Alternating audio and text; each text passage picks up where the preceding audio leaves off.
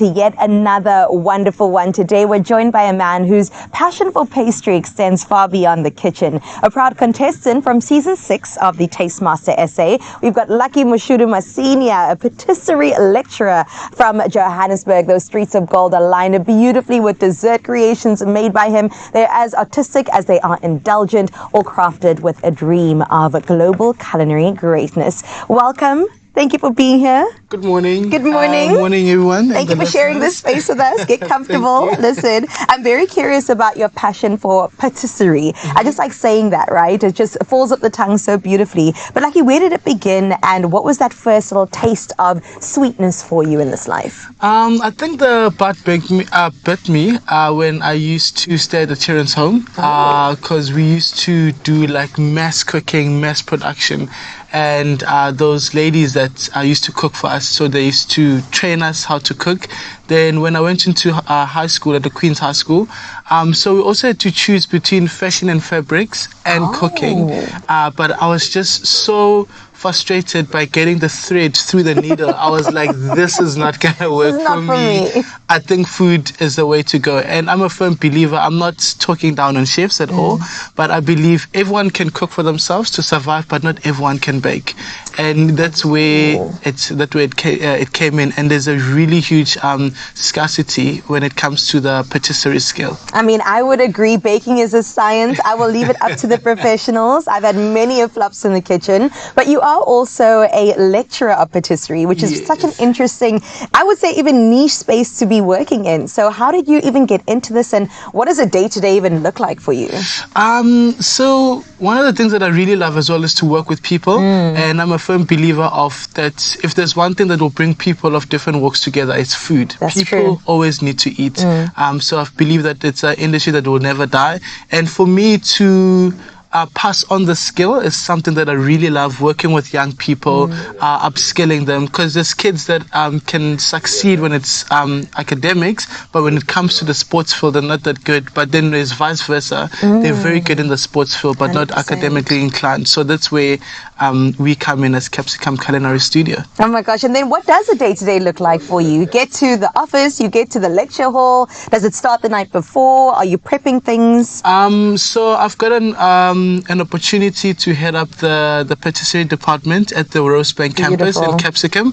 So my day-to-day, we cook every day, Monday to Thursday, because we believe that it's really good to know about the creme brulee, but it's a different ball game if you can make the creme brulee. Talk about it. So I cook every day with my students, and we do at least 5 dishes to 6 dishes a day, which is something amazing because I love what I do. So every day we prep a day before, which is what we call a mise en place. So we prep a day before, then we come in and we finish the dishes, because in pastry there's something that needs to set, needs to go in the freezer, and you need to finish them the following day. Oh my goodness. Well, I'm excited about today because yes, you will be getting into the kitchen, but you're used to that space in front of the TV because of course you entered Tastemaster season 6. Tell me a bit more about this journey. What made you think, okay, I can do this? It was a really huge step for me. Honestly, I was just like trying it out. I was like, you know what, let me just try something different. Let me just stretch my creativity tent a bit. Because before I wanted to go on Tastemaster, I wanted, not on Tastemaster, before I wanted to pursue a career in cooking, I wanted to be a radio host. So I wanted to go into radio. My radio bay, okay. Yeah, so I was like, you know what, Tastemaster SA can be something to stretch my creativity tent. Let me just try it out. And I entered, and I got a call, hey, you've been shortlisted. I was like, no ways.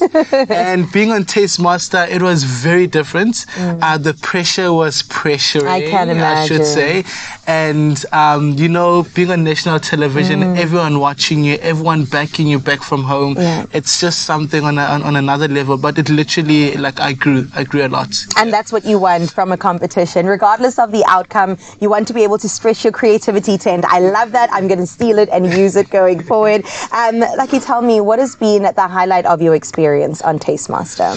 So I've always been trained to cook in a professional kitchen, and one of the challenges in the semi-finals, we had to create a fine dining experience, a 3-course meal, a starter, main, and dessert. But we had to do this on fire. Oh my Oh yeah, you see that? And you think you can braai until you get to this moment. I can only braai boerewors, So that literally stretched me. I had to think out of the box. I had to find ways to work that through, and I thought I was gonna go home on that challenge. Sure. And when they were announcing it, they were like, "Lucky, you got the plate of the day. Oh You my flew to goodness.